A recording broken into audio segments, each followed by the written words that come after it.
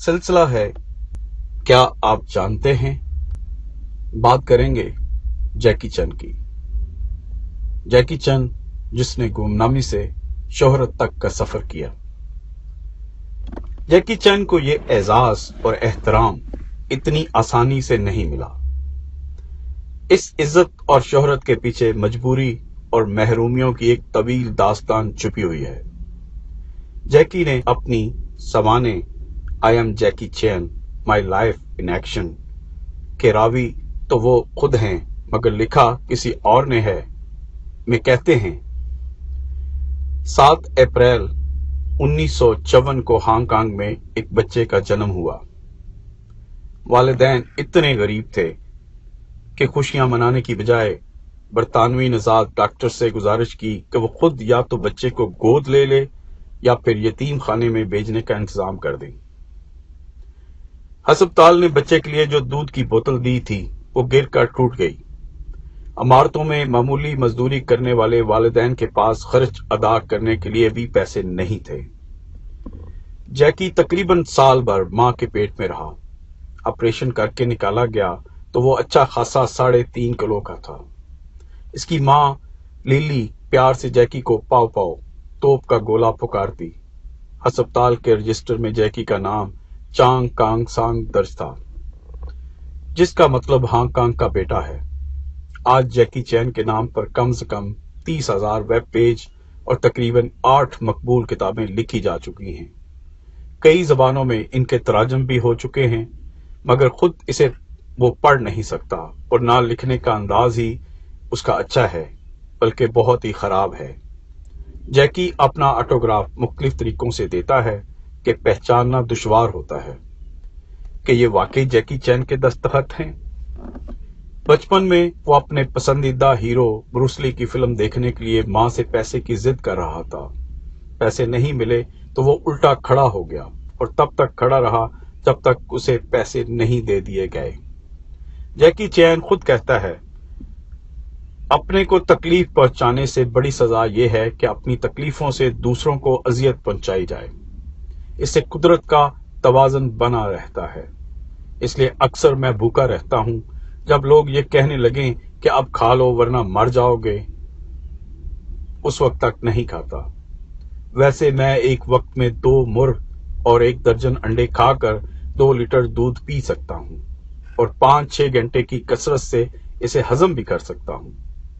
Hong Kong میں فرانسیسی سفیر کا آسٹریلیا تبادلہ ہو گیا اور وہ اپنے نوکروں کے ساتھ ان کے بچے سانگ جیکی کو بھی ساتھ لے گیا۔ سانگ کی پہلی محبوبہ اس سے عمر میں 5 سال بڑی تھی۔ وہ اسکول میں سینئر تھی۔ یہ بھی عام رومانوی کہانیوں کی طرح ہے۔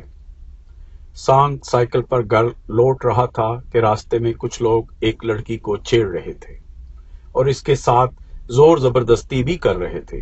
پھر سانگ نے سائیکل کو ہتھیار بنایا اور سب کو مار بگایا۔ سائیکل ٹوٹ کر بکھر گئی اور سانگ کے پاؤں کی ایک ہڈی بھی ٹوٹ گئی۔ اس لڑکی نے سانگ کو نئی سائیکل خرید کر دی اور پھر دونوں میں دوستی ہو گئی۔ جیکی ہر وقت تنگ دست اور پریشان رہتا تھا۔ اس کے پاس آمدنی کا کوئی ذریعہ بھی نہیں تھا۔ اسی دوران اس نے اپنی محبوبہ کو ایک ریسٹورنٹ میں کھانے پر مدعو کیا۔ بل دینے کا موقع آیا تو سانگ نے ویٹروں سے مار پیٹ کرتے ہوئے حوالات پہنچ گیا۔ یہ اس کی پہلی محبت کا آخری دن تھا۔ ویسے بعد میں جیکی نے وہ ریسٹورنٹ ہی خرید لیا اور اسے اسی حالت میں رکھا جیسے وہ پہلے تھا۔ سال میں 2 بار سانگ اور اس کی محبوبہ کی سالگرہ کے دن وہاں دعوت عام ہوتی ہے۔ جیکی نے اپنی بیٹی کا نام بھی اسی محبوبہ کے نام پر رکھا ہے۔ دلچسپ بات یہ ہے کہ جیکی نے اپنے کسی انٹرویو، ڈائری اور کتاب میں اپنی محبوبہ کا اصلی نام نہیں بتایا۔ وہ پیار سے اسے شینڈی کہتا تھا۔ آج جیکی کے پاس کم سے کم 3 جہاز ہیں مگر پہلی محبوبہ کی دی ہوئی سائیکل کو اپنے ہانگ کانگ کے اسٹوڈیو کے باہر کانچ کے فریم میں سجا رکھا ہے۔ جیکی کی یہ محبوبہ 2003 میں ایک کار حادثے میں فوت ہو گئی۔ موت کے وقت تک شینڈی کو معلوم نہ تھا کہ اس کے بچپن کا دوست اور محبوب سانگ جیکی دنیا کا ممتاز اداکار بن چکا ہے۔ جیکی کو جذباتی صدمے کے علاوہ بے شمار جسمانی اذیت کا بھی سامنا کرنا پڑا۔ ایکشن کے اس ممتاز اداکار کی ناک کی ہڈی 3 بار ٹوٹ چکی ہے، ایڑی 2 بار چٹک چکی ہے، دونوں ہاتھوں کی تمام انگلیاں ٹوٹتی رہتی ہیں اور ان پر پلاسٹر لپٹا رہتا ہے، اور اس کے شانوں جبڑوں پر بھی بے شمار چوٹیں آئی ہیں۔